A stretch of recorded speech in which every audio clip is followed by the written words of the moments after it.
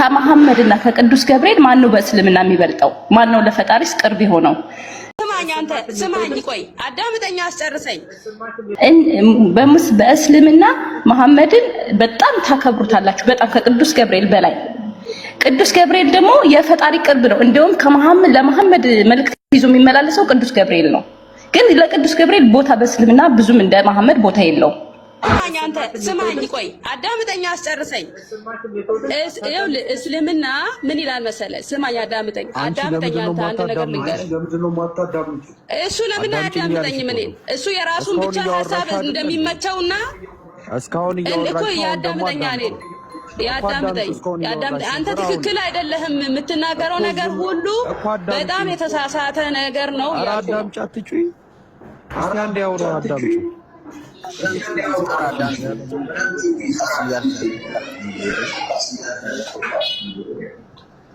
ተሻለለ ረጋቤ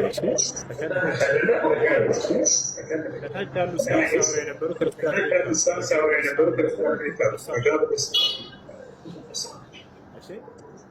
ሳራ ሙስሊም ነበርኩ ነው ያልከው? አሁን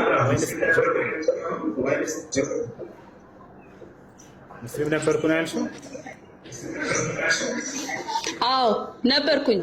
እና እኔ ልንገርህ ቁርአን ቀርቻለሁ በል። ስማኝ አዳምጠኝ። አንተ የምትላቸውን አስተምሮቹን ሁሉ እንዳለ እኔ ነበርኩበት አውቃለሁ። ስማኝ ግን በጣም ትልቅ ችግር አለ እስልምና ውስጥ ማለት ነው። ትልቅ ያልተፈታ አንደኛ ነገር ሴት ልጅ ላይ ለራሱ ማለት ነው። ሴት ልጅ ላይ ለራሱ እስልምና ምን ይላል? የበላይነቱን እንትን ማለት ሴቶችን ራሱ የማጣጣልና ዝቅ የማድረግ ነገር አለ እዛ ላይ ማለት ነው። ገባህ አይደለ? ግን አሁን በክርስትና ውስጥ እንዳለ ሆኖ አሁን ለምሳሌ ሴት ልጅ ቅዳሴ መግባት አትችልም። አረ እንደማመጥ አወራሻ ያወራሽበት እሺ ተደማመጥ ነበርኩ ብለሻል። አንድ ጊዜ እስኪ ህፃን ልጅ ቶላ ተሰግዳል ብለው ካንሶላ ስንት ነች? خمس እሺ خمسة እሺ የኡዱንም ተፈስተው አሁን አረ ለእውነት ቀልዴን ውሸቴን እንዳይመስል እኔ ስማኝ፣ እኔ ውሸት እንዳይመስል እዚህ ጋር አንተ ለማስመሰል ስማኝ፣ ለማስመሰል እዚህ ጋር አትጠቀም። ለማስመሰል ያማተን 50 አይደለም። አርካኑ ሶላት 50 አይደለም። አታውቂው ሙስሊምን እንዳትበሉ ወላሂ ትወርዳላችሁ። ይሄ ሙድ አልቀረም እንዳሁን። ይሄ ሙድ እኮ ባለ ከዚህ በፊት ዛሬ ዓመት አካባቢ አለቀ እኮ በቃ ተበላበት። ሙስሊም ነን እያላችሁ እኔ ቤት እየመጣችሁ በጣም ብዙ ውርደቶች ተለቀውላችኋል እኮ ብዙ ውርደቶች ተለቀዋል። አንዷ ሙስሊም ነኝ እኔ ቁርአን ሐፍዣለሁ ምናምን አለች። ኡዱ ስንት ረካ አለው ስላት 2 ረካ ነው ያለው አለች። ኡዱ ስንት ስጁድ አለው ስላት 3 ስጁድ ነው ያለው አለች። አይደለም እኔ ቆይቼ ሊሆን ይችላል እኮ ቆይቻለሁኝ። እኔ የድሮውን ነው እየነገርኩህ ያለሁት። ልረሳው እችላለሁኝ። ስማኝ አዳምጠኝ። ልረሳው እችላለሁ፣ ሊጠፋብኝ ይችላል አይደለ? ካልተረጋጋሽ ራሳችንንም ወላሂ ማዋረድ ነው የሚሆነው፣ ማርከስ ነው የሚሆነው። እንደ ወጣት ረጋ ብለሽ አውሪ፣ ቀስ ብለሽ ድምፅሽን ቀነስ አድርጊው፣ ይሰማል። ችግር እንደ ይሄን ያክላችሁ ይደክምሻል አንቺ። እሺ ረጋ ብለሽ አይ እኔ እኮ በፊት ሙስሊም ነበርኩኝ ረስቼው ሊሆን ይችላል አሁን በጣም ስለቆየሁኝ ምናምን ብትይ እንሰማሻለን። እኔ በፊት ሙስሊም ነበርኩኝ አሁን እኮ ስለረሳሁ ነው ያለ ልሽ የፊት ለፊትሽ ነው ያለው። ብዙ አራቅንም እኮ ወንስ ንግባ ስልክ ውስጥ እንደዚህ እሺ ጃ አለ ኡስታዝ ጥያቄ አለኝ እኔ። እሺ ጥያቄ ምን? መጀመሪያ መጠየቅ በአላህ ስም እንሻለሁ። በአላህ ስም ድጋሚ ነው የመጣሁት፣ እንዳታስወጣኝ በሌላ አካውንት ማለት ነው። እንዳታስወጣኝ በአላህ ስም ይሁን። ባይዘው ቁርአንህን በደንብ አንብብ። ከዛ በኋላ እኔ ተዋለሁኝ እንደዚህ አልገባም። ግን አጋጣሚ ነው የገባሁት። መጀመሪያ የአንተን ቁርአን በደንብ አድርገህ በአረበኛው ሳይሆን በደንብ ተፍሲሩን በደንብ አድርገህ አንብብና ከዛ በኋላ ደግሞ ከኔ ጋር ከኦርቶዶክስ ጋር ራሱ እንደዚህ ፊት ለፊት መናገር ትችላለህ። መጀመሪያ በትርጉሙ በአረበኛው ሳይሆን በትርጉሙ በደንብ አድርገህ አስተርጉመህ ይሄ ነገር ምንድነው የሚለው እነዚህ ሐዲሶች ምንድነው የሚናገሩት ብለህ በደንብ አድርገህ አስተንትነህ ማየት አለብህ እንጂ እዚህ ጋር የመጣልህን በሙሉ ማውራት የለብህም። ገባህ አይደለ? የራስህን እምነት ስላለህበት እኔ ድሮ እንዳንተ ነበርኩኝ። በጣም እከራከራለሁ ታውቃለህ። ለእስልምና በጣም ዘብ ነበርኩ የምቆመው። እውነቴን ነው የምልህ፣ በጣም ነው የምቆመው። አራ እኔ ልንገር ድሮ ከልጅነቴ ሐሲስ ምንድነው ዳሩሰላም ጀማ የሚባል ውስጥ ነበርኩኝ። ሐሲናት የሚባል ጀማ ውስጥ ብዙ ከዛ ተነስቼ አላህ ወይ ደግሞ ከፈጣሪ ለመሐመድ መልእክት ይዞ የመጣው ቅዱስ ገብርኤል ነው አላችሁ። በእስልምና ቅዱስ ገብርኤል ቦታው ምን ጋር ነው? ከመሐመድና ከቅዱስ ገብርኤል ማን ነው በእስልምና የሚበልጠው? ማን ነው ለፈጣሪስ ቅርብ የሆነው? በእስልምና መሐመድን በጣም ታከብሩታላችሁ፣ በጣም ከቅዱስ ገብርኤል በላይ። ቅዱስ ገብርኤል ደግሞ የፈጣሪ ቅርብ ነው። እንደውም ለመሐመድ መልእክት ይዞ የሚመላለሰው ቅዱስ ገብርኤል ነው። ግን ለቅዱስ ገብርኤል ቦታ በእስልምና ብዙም እንደ መሐመድ ቦታ የለውም። እዚህ ጋር ይጋጭም። ለዚህ መልስ ስጠኝ። መርሐባ። ለመሆኑ ቅዱስ ገብርኤል በእስልምና ላይ ያለው ቦታ ምንድን ነው? አንደኛ መላእክቶች እጅግ በጣም ጻድቆች ናቸው። በእስልምና በፍጹም ኃጢአትን የሚያደርጉ አይደሉም። ኃጢአትን አድርጎ የሚወድቅ መልአክ የሚባል ሂሳብ የለም በእስልምና። ለመላእክቶች በጣም ልዩ ክብር አለን። አላህ በቁርአን ላይ ሲገልጻቸው ላ ያዕሱን አላህ ይላል። እኔን አላህን አያምፁም ብሏቸዋል። እኔን አላህን አያምፁኝም ብሏል። አመፅን አያደርጉም፣ ኃጢአትን አያደርጉም። ታዲያ ምንድናቸው ከተባለ ወየፍዐሉነ ማ ዩእመሩን የታዘዙትን ሁሉ ግን ያደርጋሉ አለ። ይሄ ነው ስለ መልአክ የመጀመሪያ ልታምነው የሚገባው ነገር። እነርሱ ጽድቅን እንጂ ኃጢአትን አያደርጉም በፍጹም። ጽድቅን እንጂ ኃጢአትን አያደርጉም በፍጹም። ያ ነው ስራቸው። ምንድነው ከተባለ የሁላቸውም አንድ የሚያስማማቸው ስራ ምንድነው? ቀንም ሌትም አላህን መገዛት፣ አላህን ማወደስ ነው። ቃል አላህ በቁርአን ላይ ሱረቱል አንቢያ ሲናገር ምን አለ? ይሰቢሑነ ለይለ ወነሃረ ላ የፍቱሩን አለ። ቀንም ሌትም እኔን አላህን ይገዛሉ፣ ተስቢህ ያደርጋሉ፣ ያጠራሉ። ያ በፍጹም አይደክማቸውም፣ አያርፉም ማለት አንዴም የት አድርጎ እስከጨርስ። ያ መልአክ የተሰራው ከብርሃን ነው። አንድ የተሰራቸው ከይቀዳዳ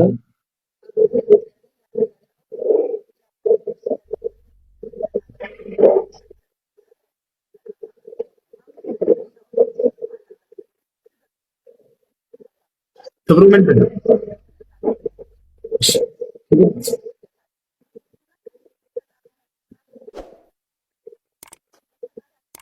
አይደሉም ግን የፈጣሪ መልእክተኛ ናቸው ብለን እናምናለን።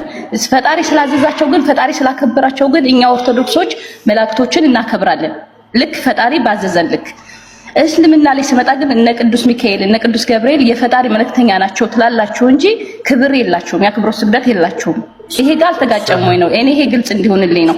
ምክንያቱም እዚህ ጋር ለመሐመድ ነው እንጂ ለቅዱስ ሚካኤል ለቅዱስ ገብርኤል አምልኮት የላችሁም ለማለት። አምልኮ አይደለም ክብር የላችሁም። አምልኮት ሌላ ነገር ነው። ስለመልሳ አሁን እዚህ ቦታ ላይ እነርሱን ማክበር መገለጫው ለእነርሱ መስገድ ከሆነ በፍጹም የስህተት ነው። መልአኩ ገብርኤል መልአኩ ሚካኤል እንወዳቸዋለን፣ እናከብራቸዋለን። በልባችን ውስጥ ትልቅ ቦታ አላቸው። ገብቶሻል? ነገር ግን ስግደት በእስልምና ለአምላክ እንጂ በፍጹም ለመላእክቶች አንሰግድም። ለነቢዩ ሙሐመድ ሰለላሁ ዐለይሂ ወሰለም እንሰግዳለን ወይ? ላ በፍጹም። የክብር ስግደትም ቢሆን የክብር ስግደት ይባል ለነብዩ ሰለላሁ ዐለይሂ ወሰለም አናደርግም። ገብታችኋል አይደል? ለሁዘይፋ ብን ልየማን የተባለው ታላቁ ሶሓባ ወደ ነቢዩ ሰለላሁ ዐለይሂ ወሰለም ጋር መጣና ጠየቃቸው። ሁዘይፋ ልብ በለዋል፣ እኛ ለነብዩ ሰለላሁ ዐለይሂ ወሰለም እንደማንሰግድ እርሳቸውም እንደከለከሉ ይህን ነገር የክብር ስግደትም ቢሆን ማስረጃ ልሰጣችሁ ነው። ሁዘይፋ ብን ልየማን የተባለው አንዱ የነብዩ ሰለላሁ ዐለይሂ ወሰለም ሶሓባ ወይንም ባልደረባ አማኝ ነው፣ ከእርሳቸው ተከታይ መካከል ነበር። ወደ የመን ላኩት። ሂድና የመን አስተምር አሉት። የመን የምትሄድበት ቦታ ግን አይሁዶችና ክርስቲያኖች ናቸው አሉት። በዘመናቸው የመን የአይሁዶችና የክርስቲያኖች መኖሪያ ነበረች። ያ ሙዓዝ አሉት ኢነከ ተእቲ ቀውመን ሚን አህሊል ኪታብ ፈልየኩን አወል ማ ተድዑሁም ኢለይህ አን የሽሀዱ አን ላ ኢላሃ ኢለላህ ወአኒ ረሱሉላህ ፈኢንሁም አጣዑከ ሊዛሊክ ፈአዕሊምሁም አነ አላህ ቀድ ኢፍተረደ ዐለይሂም ፊል የውሚ ወለይላ 5 ሰለዋት فإنهم أطاعوك لذلك فأعلمهم أن الله قد افترض عليهم الزكاة تؤخذ من أغنيائهم فترد إلى فقرائهم فإنهم أطاعوك لذلك فأعلمهم أن الله قد افترض عليهم الصوم ثم الحج. أنت حذيفة وعلت أو معاذ بن جبل كذلك هدنا ولا يمن أهون تستمر الله عبد يمن لا يستير من متاجنياتشو يهوديوچننا ክርስቲያኖችን አሉት። በዚያም ላይ ስትል ጊዜ አደራ መጀመሪያ የምታስተምራቸው አምላክ አንድና ብቸኛ እንደሆነ አምላክ አላህን በብቸኝነት እንዲያመልኩ ለእርሱም ብቻ እንዲሰግዱና እንዲገዙ እኔም የአላህ መልእክተኛ ተደርጌ እንደተላኩኝ አስተምራቸው። ይሄን ከታዘዙህና ከሰሙ ወደ ቀጣዩ ትሄዳለህ። ሶላት ለእርሱ ብቻ በቀን 5 ጊዜ ሊሰገድ እንደሚገባ ያን ከታዘዙህም ቀጣይ ከገንዘባቸው ዘካ ወይንም ምጽዋት ለድሃዎች እንዲሰጡ ዘዛቸው። ያን ከታዘዙ በዓመት 1 ወር ረመዳንን እንዲጾሙ አስተምራቸው። ያን ከታዘዙ ወደ መካ በመምጣት ሐጅን እንዲያደርጉ አስተምራቸው። ሄደ የሰሃባ የመን ላይ እንዳሉት ነብዩ ሰለላሁ ዐለይሂ ወሰለም አይሁዶችና ክርስቲያኖችን አገኛቸው። ከሄደ በኋላ እነዚያን አስተማረና የሚያስተምርበት ጊዜ ከአይሁዶችና ከክርስቲያኖች የተመለከተው ነገር ነበር። በተለይ ከክርስቲያኖች ምን ተመለከተ ከተባለ ለአባቶቻቸው እንዲሁም ደግሞ ለመላእክት ለምናምን እየተባለ ለቅዱሳን እየተባለ ለእነርሱ የአክብሮት ስግደት ያጎነብሱላቸውና ይመለከት ነበር። ልክ ሲያገኟቸው ጊዜ ያጎነብሳሉ። ይሄን አየና ሁዘይፋ ጠየቀ እነዚህን ሰዎች ለምንድን ነው የምታጎነብሱላቸው የምትሰግዱላቸው ብሎ ሲጠይቅ ጊዜ እነዚህማ አባቶቻችን ናቸው፣ ጻድቆች ናቸው፣ ቅዱሳን ናቸው ብለን እናምናለን። ስለዚህ ለእነርሱ የክብር ስግደትን እንሰግድላቸዋለን እናጎነብስላቸዋለን ብሎ ተናገሩት። አሃ ለእንዳሄ ሰሃባ ስለዚህ እኔ በልቤ ከማንም በላይ የምወዳቸውና የማከብራቸው ነብይ አሉኝ፣ ስመለስ ለእርሳቸው እኔም አደርጋለሁኝ ብሎ አሰበ። ልክ ወደ መዲና ተመለሰና ገና እንዳገኛቸው ሊያጎነብስ ዝቅ ሊል ፈለገ ወደ እርሳቸው። ወዲያው ነቢያችን ሰለላሁ ዐለይሂ ወሰለም ራሱን ያዝ አደረጉት። ማዛ ተፍዐሉ ያ ሁዘይፋ አሉት። ሁዘይፋ ምን እየሰራህ ነው አሉት።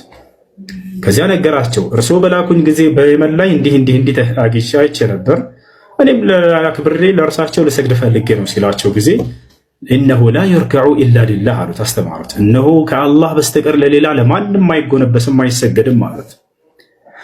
ከዚያ በኋላ ምን አሉ? እነዚያ ሰዎች ክርስቲያኖች የመን ላይ ያገኛቸው ለምን እንደሚሰግዱ ለአባቶቻቸው ለቅዱሳኖቻቸው ምክንያቱን ነገሩት።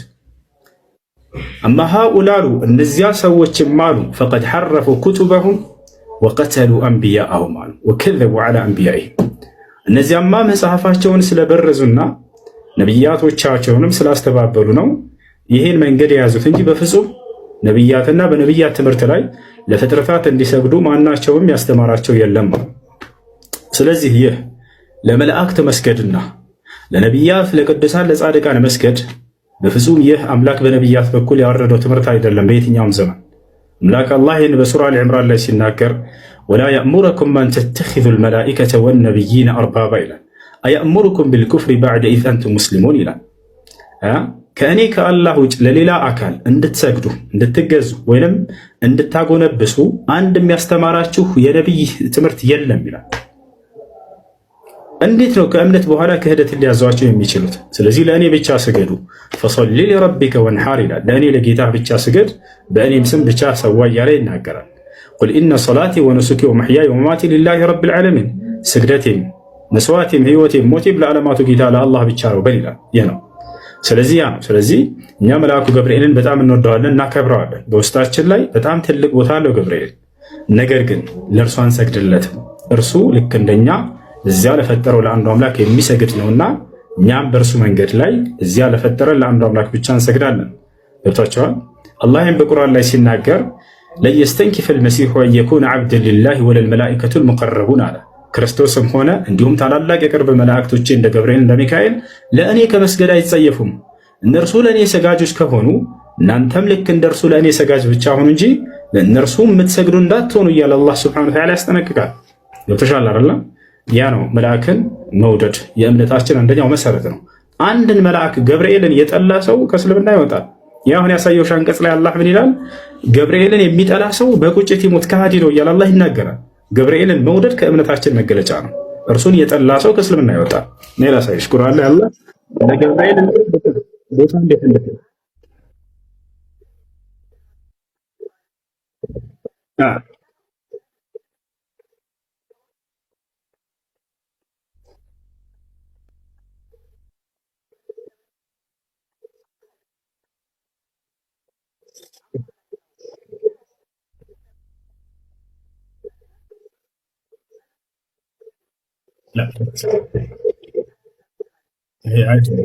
ምን መሰለህ አይደለም። አሁን እዚህ ቦታ ምን መሰለህ እንዴት መሰለሽ ልዩነቱ ምን ላይ መሰለሽ መላእክቶችን እንወዳለን እንከብራለን። ግን ስግደት ለአምላክ ብቻ እንጂ አምልኮ ለአምላክ ብቻ እንጂ በፍጹም ለፍጥረታት የሚገባ ነገር አይደለም። አሁን ገብርኤልን አንደኛ ትስሉታላችሁ በቅርጽ ሚካኤልን ትስሉታላችሁ። ነገር ግን እኛ ጋር እንደዛ ብሎ ሂሳብ የለም። መልአክን አንድስ እንኳ ያየ የለም ከነቢያት በስተቀር። እንዲሁም ደግሞ ነቢያቶች ጋር አብረው የነበሩ አካሎች ሰሃቦች አንዳንዴ ለምስክር የሆኑ ዘንድ ይገልጥላቸዋል። እነዚያ ግን በስዕል ቀርጸው የሚስሉ አይደሉም። ገብቷቸዋል። ያ ነው መልአኩ ገብርኤልና ሚካኤል ሁለተኛ ስዕላቸውን ስለኛ የምንሰግድላቸው አይደለም። ሶስተኛ ያማልድልናል የሚለውን እኛ እርሱን እንዲያማልድልን የምንጠይቅ አይደለም። ድምፅ አይሰማም እንደ ልጆች የእሱ አይሰማም። እሺ ከተሰማቸው ያዳምጡ። እሺ እና ገብርኤል አሁን ይሰማኛል ብዬ እርሱን በፍጹም አልጠራም። የሚሰማኝ ሁሉን የሚሰማ አምላክ አላህ ሱብሓነሁ ወተዓላ ብቻ ገብቶሻል አይደል? ስለዚህ በቀጥታ አምላክን ነው መለመን ያለብን እንጂ መጠየቅ ያለብን። እንዳማልድ ብዬ ራሱ የማይሰማኝን አካል መጣራት ስህተት ነው። ገብርኤል ሁሉ ቦታ ያለ ነገር ይሰማል። ለመሐመድ ለፍጥረታት እንደዚህ ብሎ እንዲህ ማለት ለአላህ እንደዚህ ብሎ እንትን እንዳለ እንደ